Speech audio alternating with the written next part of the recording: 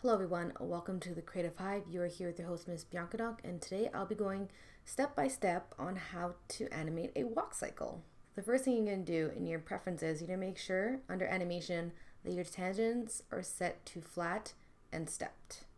And then you're just going to select everything using the shortcuts that we did in my previous video, and you're going to press S. S is to key. And now you're pretty much going to start posing. I'm going to speed it up here as I talk. The first thing I do when I start an animation is I get all the key posing. This is super important. So you have the 4 stages of a walk cycle: the contact, the down, the passing, and the up. So first thing you do your contact. Then you do your down, then you do your passing, and then you do your up. And you do the same thing but for the other side. Once you have the basic positions, you're going to key through it and make sure, okay, it's a walk cycle, but it's pretty robotic. Then you're going to go into each pose and kind of refine it. Move the hips, the shoulders, define the arms a bit more. At this point in the animation, keeping it in step, I really focus on the posing rather than the timing. I do have rough timing. I don't change it throughout the video because I've done so many walk cycles. I know it's every 5 frames for me. This is also a basic walk cycle, so 5 frames won't work for everything, but for this tutorial I'm keeping it at 5 frames per pose. So I'm kind of happy with what it looks like stepped, and now I'm going to put everything in Spline.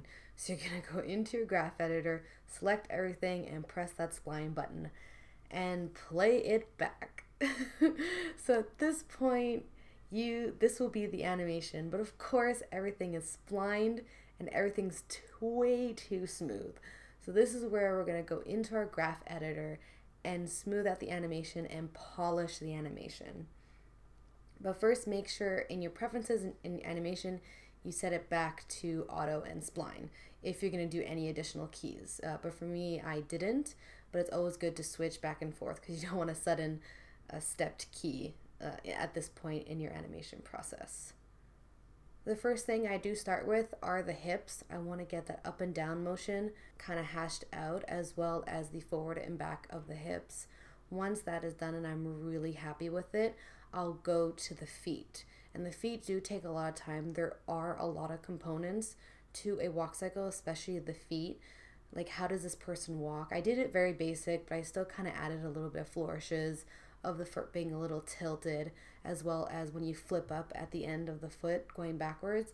These are just embellishes that you don't really need to do, but as you advance further in walk cycles, you will add these details. So once I'm done with the feet, I move on to just the basic movement of the chest and the head. At one point, I do make the arms disappear because they are super big distraction.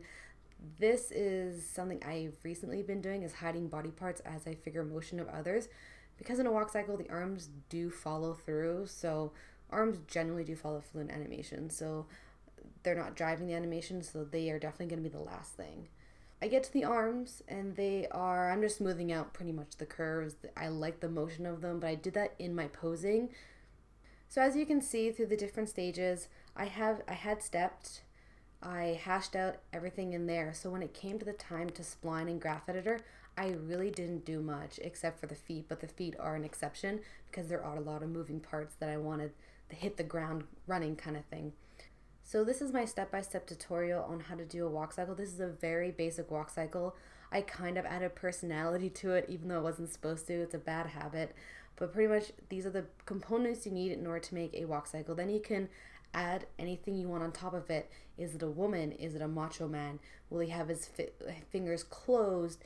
Like, how does he swing his arms a little wider, or is he super narrow? Does his arms move a lot or not? This is the thing. It's really customizable at this point, and you just gotta make sure it all flows together. So I'm coming to the end of my video. Hope you guys liked the animation. Please like, comment, subscribe, and all that fun stuff, and I'll see you in the next video. Bye!